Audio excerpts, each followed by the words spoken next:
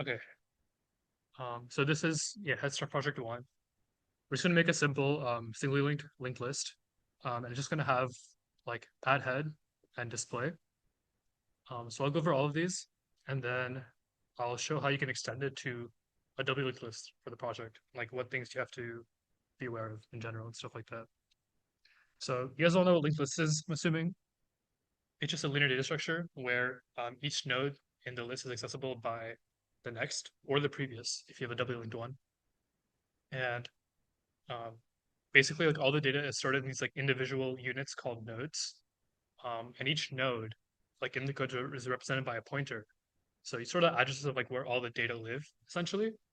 And in the linked list, you want to do it dynamically because if you try to create these nodes statically, like within some function, then they will fall out of scope. So dynamic memory, like we discussed last week, allows you to extend the lifetime of your data, and you can choose to delete it like at your own convenience, basically. So that's a general overview. So since every unit is like a node, we have to make a node class, like a node struct within our linked list. So we'll do that. So this will be struct node.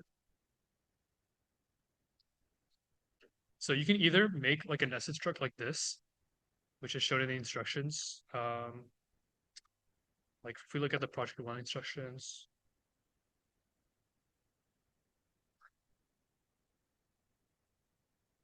it talks about the idea of like doing a nested class here. Yeah, so you just define it inline as for like another member variable, but it's just like another class. You can also define it like before the linked list class as a separate class, so that it's not nested. So that when you're scoping, like how we'll see here, you don't have to like scope twice. So in our node struct, we're gonna have just a data. For linked list, it's templated, but here we'll just use strings as a data type. So we'll do like a string for data. And since it's only singly linked, we'll just have a pointer to the next node like this. So that's our node struct. Um, well, we also have these two constructors here, as you can see. So you can either do them like default parameterized like this, but it's kind of cumbersome with like the syntax because like you have to scope it to the linked list class and then to the node class. You have to do this. It's fine. You can just define them inline. So we'll just do node like this, and then we'll just say data equals empty string, next equals no pointer. Bless you. And we'll do a parameterized one. So string data equals,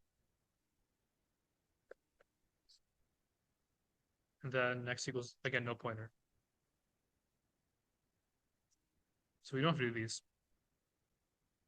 So that's our node struct, and then for linked list, our data members, we're gonna have two in this case, just to head a number of nodes. But keep in mind that like if you do a W linked for the project, it'll just be a head and also a tail. So we'll have a node pointer to the head, and then just like a count. So we can call it like int count or something. And I know it's not like explicitly talked about in the project whether you should do a single linked implementation or W linked, but um, you can do it either way. I think W linked is like probably like the easiest.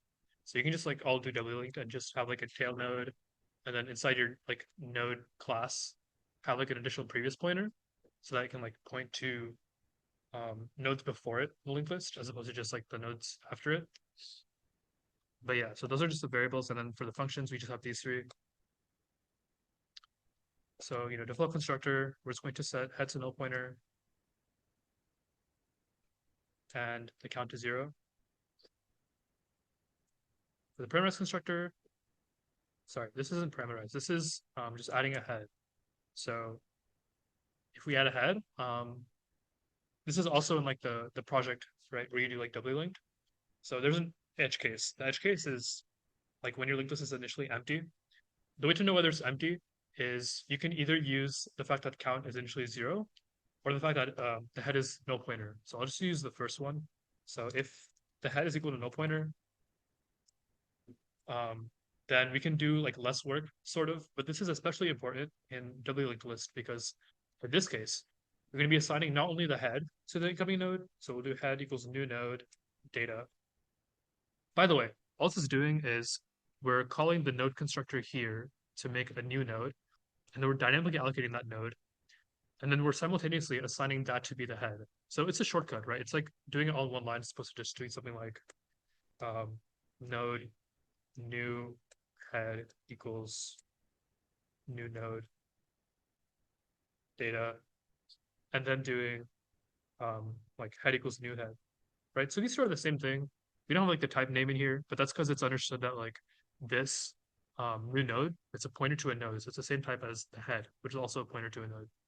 But yeah, you can just do that.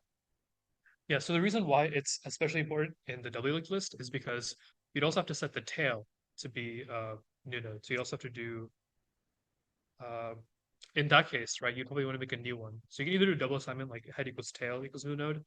I'm not entirely sure if this works, but in either case, you can always just do, you know, node new head equals new node data, and then you can just do head equals new head and tail equals new head. But that's in W linked. So in single linked, we'll just do this. And otherwise we have a current head. So we'll just do the same thing here. So we'll make our new node, and then we'll set that new head's next pointer to point to the old head because now we're inserting like a node before our current head. So obviously like it's going to then like point to the old head. So and like I know like all this terminology and stuff gets confusing. So if you're confused by like all like the different like arrows going backwards and forward and like all the different links, it always helps to draw it out.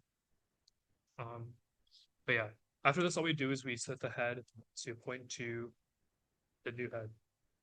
And that's it. And then in either case, you're just going to increment the count. And then for our display function, we're just going to traverse through the linked list, like forward, and like see out each the data held at each node. So to traverse through linked list, you have to have like a traversal node, so to speak. So you can call this like temp or like current node, whatever you want, and you set it to the head. And we'll have a condition that says while our traversal node is not equal to null pointer. So while this is not equal to null pointer, we'll try to print out whatever's the underlying data at that node. And then we'll just traverse. So to traverse means to just like move on to the next data, which we can do by doing temp equals temp arrow next. So this is like your version of doing like I++ in an array, right? To like go to the next element. So, instead of using like an index, we're using the actual node itself, or that we're using the address, and then we're just like dereferencing it. So yeah, the traversal is pretty important for a lot of functions. And this is how you can do it from ahead. So like a forward approach. If you want to do it backwards for functions like print reverse, for example, you just set this to be equal to the tail instead, and then traverse backwards using temp arrow previous. So that's all that is. We can run this and make sure it's all good. Oh, I mean, what don't. Yep. So now our main just makes a linked list. Just makes a linked list and then adds these 5 nodes in displays. So let's make sure that works. Yep. So notice here that like since we're doing add head, each successive node that's being added is being added to the front, not to the back. So that's why like when we print, it's in reverse order in which we added the heads. But if this were double linked and we were doing add tail, then it would actually print in like the order in which we added because add tail like adds to the back, if that makes sense. So that's the demo. You guys have any questions on any of this before we move on to the project? No? Okay. So for the project, it's pretty similar to what I did, right? It's just you're gonna have like a couple more like class variables for your linked list in the node. And there's a few more functions. So again, the idea of traversal is like very, very similar, if not like the same, right? Traversal you're going to be using in a lot of cases. So like in the print functions, in the get node and find functions, you're gonna make one of these and then call it in the other. So I think it might be the get node function. Because for the get node, it gives you an index. So the idea for that is that like you traverse through the linked list like index many times. Okay, so that's where you use that idea. Um, I think find all as well, you might have to. And then also in the destructor and the clear function, which by the way, for those two, you can implement one and then just call, you can like call it in your destructor. I know it's a little unintuitive, or not unintuitive, but you don't do the clear function until like much later. But if you want to implement it like during part one and then use a new destructor, it'll save you a lot of time. Not a lot of time, actually. You just have, like copy the code, but they do the same thing. So I'm trying to say. Um, so yeah, that's when you do traversal. I'll talk about like the remove functions because I think the insert and remove functions are like the most complicated ones. Because when you're doing a doubly linked list and you're like adding a node like in the middle of the linked list or like removing a node from the middle, there's so many different like next and previous pointers you have to think about. Because for insert, right, if you insert one node in between two nodes, you have to fix the previous node's next pointer and then the next node's previous pointer, and then also set the next and previous pointers of the node that you're inserting. So there's four things to worry about there. And then in the remove functions, it would just be two things. So you'd be setting like the the nodes before and after the node you're deleting to point to each other, if that makes sense. And again, if you visualize that like on paper, it'll be clear what we have to do in those cases. But yeah, those are those. Um, these operators, the bracket operator lets you index a linked list as if it were like an array. For that, you can just use, get node or find. I think it's get node. Yeah, for a lot of these functions, you can just like use the same functions that you've already implemented, and that'll also save you a lot of time. Um, like for example, insert before inserts a node like before a certain node. So you can either use like the insert at function for that, because if you think about it, what insert at does is it takes in an index. So let's say you want to insert a node at index one. That means after you do that insertion, the node will be at index one of the linked list. But that's the same as just inserting a node like before the node that's currently at index one. So you can play around with these functions, um, and save yourself from like writing like code that you're just going to reuse. Um, yeah, and then also when you're doing copy constructor and you're just like making a copy from like an incoming linked list, you can use your add functions that you've made to build your linked list. I'll leave it up to you to figure out whether you should use like add head or add tail for that, but that one's also very simple. So yeah, that's a general overview. Do you have any questions on like specific functions? Yeah. Mhm. Yeah.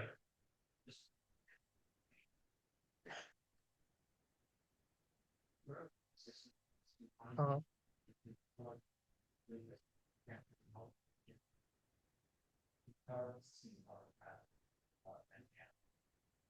yeah. So yeah, so you're kind of right. Like conceptually, it is the same thing, right? You're just like deleting what you have and then making a copy. But here it's like more complicated because you have to like delete all the nodes first, right? Mhm. Mhm. Yeah, that's a good point. Yeah, so for the copy assignment operator, yeah, it's here. So yeah, so this might throw you off. So it says, can you use your existing functions to make this one, right? And then there's also this equality thing. So that doesn't mean that you use like the quality operator or anything, but it's basically saying that like you have these functions like remove head and remove tail that will like delete one node at a time for you. Um, and you implement those later. But I also have like functions like add head and add tail that will build a list for you, which I mentioned in the copy constructor. So um, if you implement one function first and then like use it in your copy assignment operator, um, you can just be reduced to like a few function calls, basically. I'm gonna look at the instructions and see like when it tells you to make those. Okay, so for part one, it's just the basic add functions and the print functions, as well as like a getter. These I would definitely just do first, right? Because you need these to like, build any list, and you need the print to like tell you like what's in the list. So these are like absolute must. And then there's also default constructor and destructor. So this is what I was saying. So for the destructor, there's actually like a clear function that you make in part four. Okay, in part four, you make this clear function, but I'd try to do it in part one, because if you do it in part one, you can actually use that for the destructor, like I was saying. But then you can also use it for the copy sum operator, because then you can clear your current list and then just build a new one with like your add functions. Okay, so I definitely recommend that. But other than that, you can like pretty much just follow the order in which Codio says to do your functions.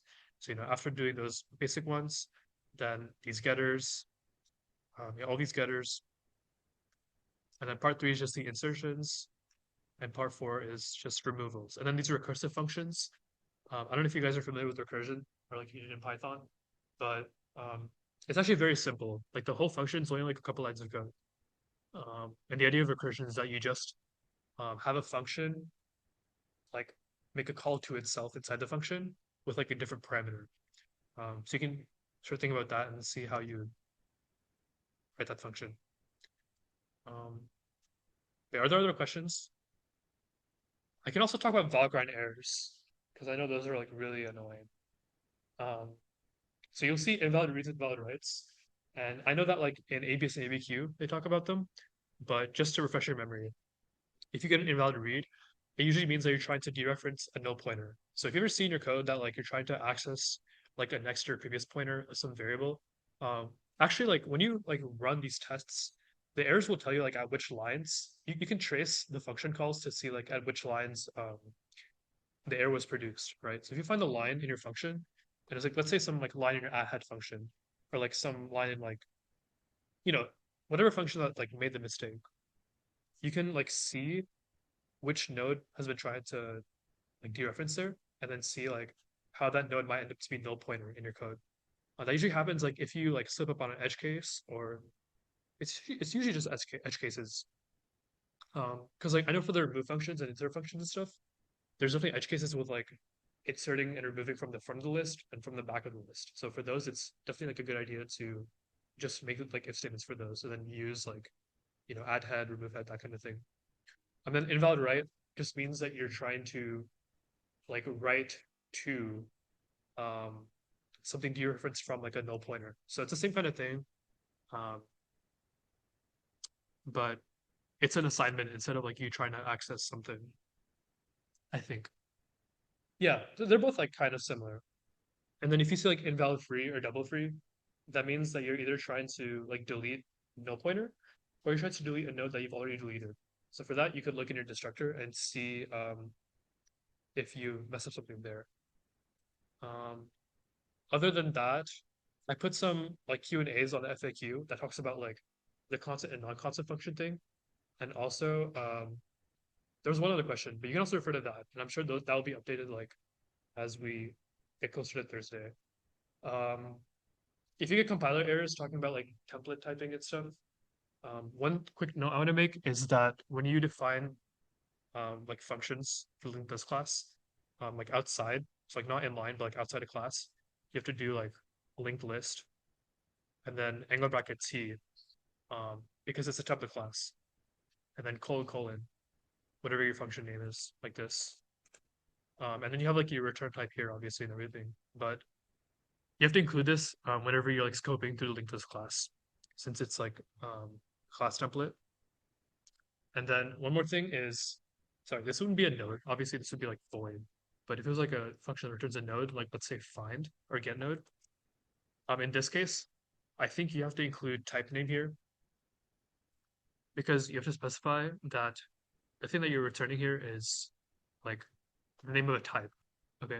So those are just like a couple syntactical things you might run into if you're having compiler errors. Um, but yeah, I think those are the main things. So